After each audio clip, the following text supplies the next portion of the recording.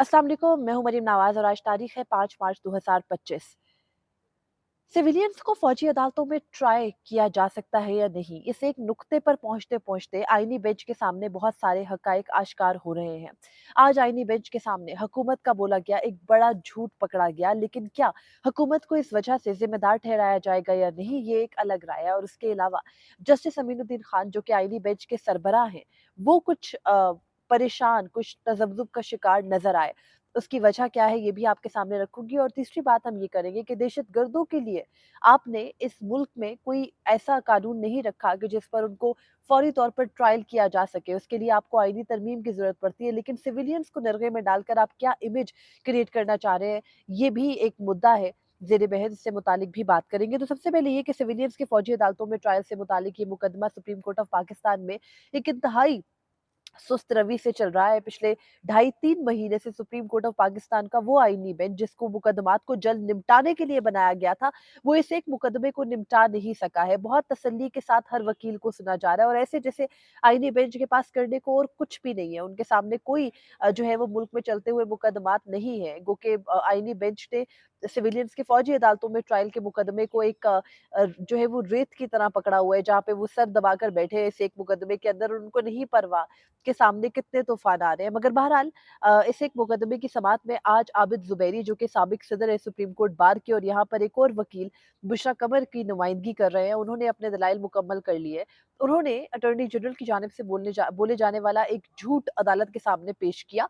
और मजे की बात यह है कि अदालत में किसी ने भी उस झूठ पर यह नहीं कहा कि ये बात आप ठीक नहीं कर रहे, क्योंकि इससे पहले आईनी बेंच खुद मुतअद्दिद मौकों पर यह कह चुका है कि अटॉर्नी जनरल ने तो मुख्तलिफ यकीन दहानियां कराई थी और उसका जवाब अटॉर्नी जनरल ऑफिस के पास भी नहीं है। गो के अटॉर्नी जनरल खुद तो आते नहीं है इस समात के अंदर, लेकिन additional attorney general Aamir Rahman मौजूद होते हैं। वैसे वक्तन फवक्तन जब भी कलभूषण केस का जिक्र आता है तो वो डिफेंस जरूर करते हैं, लेकिन अपनी कराई यकीन दहानियों पर उन्होंने अभी तक कोई डिफेंस नहीं रखा है।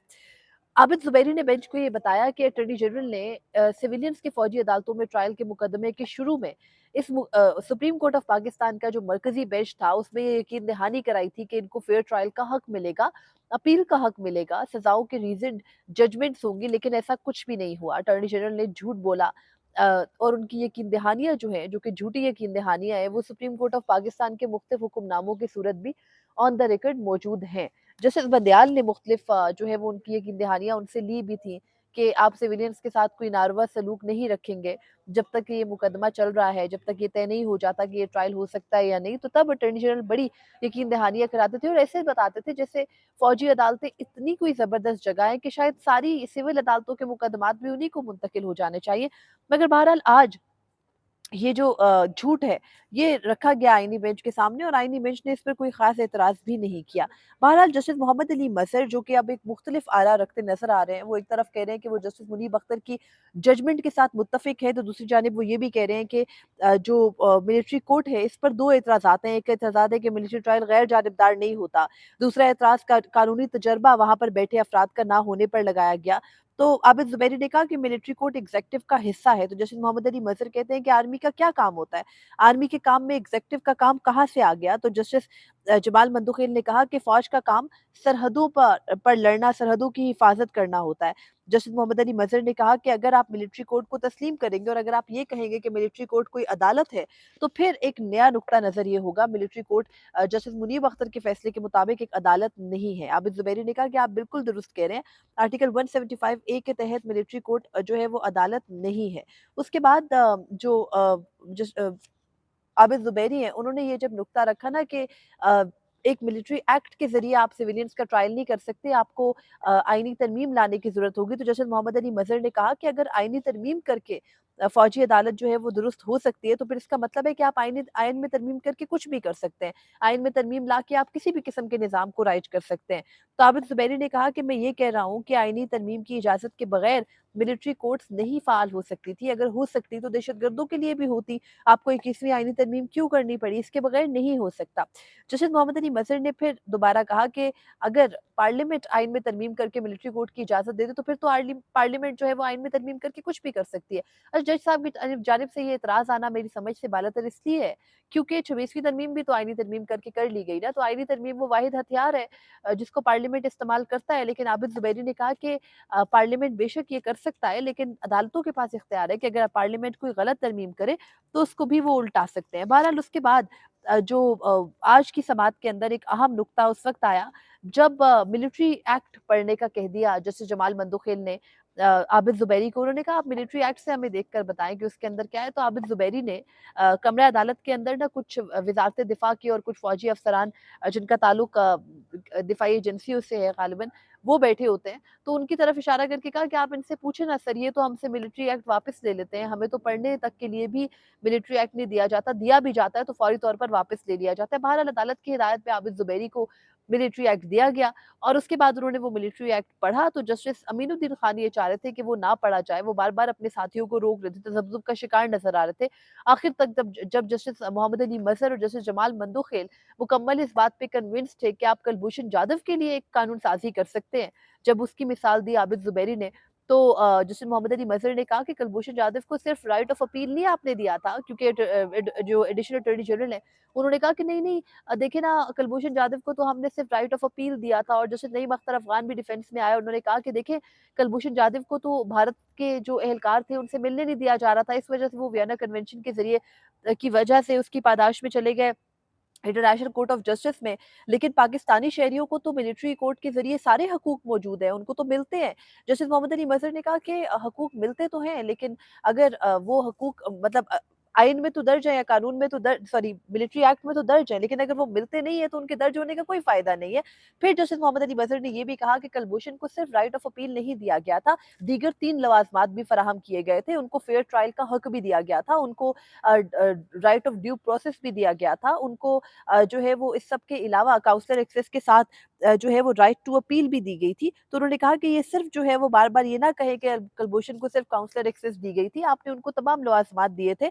तो आबिद ज़ुबैरी ने कहा कि अगर आपको कुलभूषण को ये सब देना पड़ा, तो इसका मतलब है ना कि आपके मिलिट्री एक्ट के अंदर राइट ऑफ अपील दुरुस्त नहीं है। तो ये कहकर बार-बार कि राइट ऑफ अपील है, तो मिलिट्री एक्ट को जस्टिफाई तो नहीं किया जा सकता। बहरहाल जस्टिस जमाल मंदोखेल ने कहा कि मिलिट्री अदालतों के ऊपर सबसे बड़ा एतराज़ ये है कि वो गैर जानिबदार नहीं होती। उन्होंने कहा कि देखिए, मिसाल के तौर पर अगर हमारी अदालत के अंदर, मेरी अदालत के अंदर मेरे सामने मेरे किसी भाई या दोस्त का केस आ जाएगा, मैं भले उसमें इंसाफ ही करूँ और मैं उसमें दुरुस्त फैसला करूँ, लेकिन इल्ज़ाम तो यही लगेगा कि मैं गैर जानिबदार नहीं हो सकता, क्योंकि मैं अपने दोस्त या अपने भाई का मुकदमा सुन रहा था। तो इस तरह से जो मिलिट्री एक्ट या मिलिट्री कोर्ट है, उसके अंदर भी यही है कि जब वो आपसे मुतल्लिका मामला है, आपके अफसरान ने एक चीज़ की इजाज़त दे दी, तो वो कैसे हो सकता है? तो बहरहाल इस तरह से करके आज आबिद ज़ुबैरी ने जो है वो बहुत सारी मिसालें पेश की। उन्होंने बताया कि किसी सूरत सिविलियंस का फ़ौजी अदालतों में ट्रायल नहीं हो सकता, फ़ौजी अदालतें अदालतें नहीं हैं, फ़ौजी अदालतें एक मुतवाज़ी अदालती निज़ाम है और जो कुछ किया गया ये गलत है, फ़ौज का काम मुल्क का दिफ़ा करना है, अदालतें कायम करना नहीं है।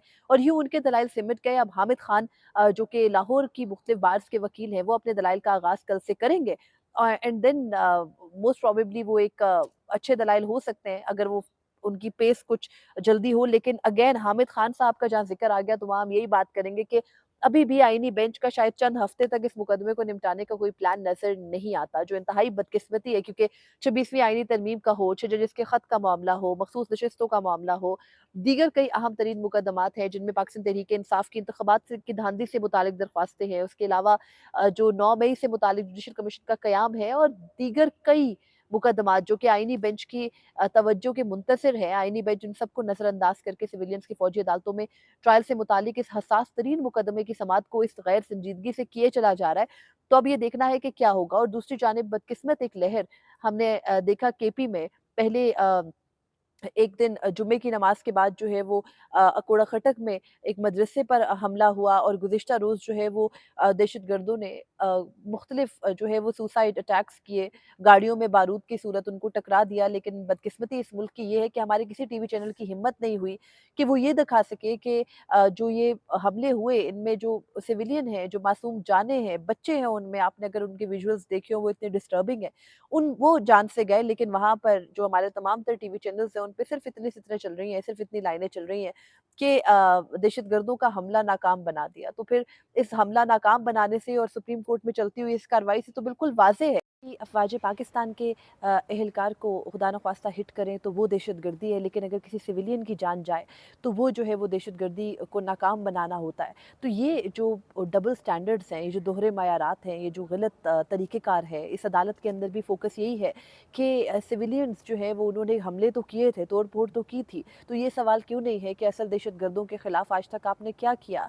दहशतगर्दी क्यों नहीं रुकी? अगर सारा फ़ोकस हमारे इदारों का और हमारी आला अदलिया का चंद सिविलियन से हटकर अगर असल दहशतगर्दों की तरफ लग जाए तो शायद हालात कुछ मुख्तलिफ हो सकें या हो सकते अगर अभी तक ये किया गया होता। लेकिन हमारे इदारों की तरजीहात बिल्कुल वाज़ेह हैं, जो इस मुल्क की बदकिस्मती भी है और इस मुल्क के अंदर चलती हुई इस बदकिस्मत लहर की तरफ भी हमें जो है वो गामज़न करती है। लेकिन हम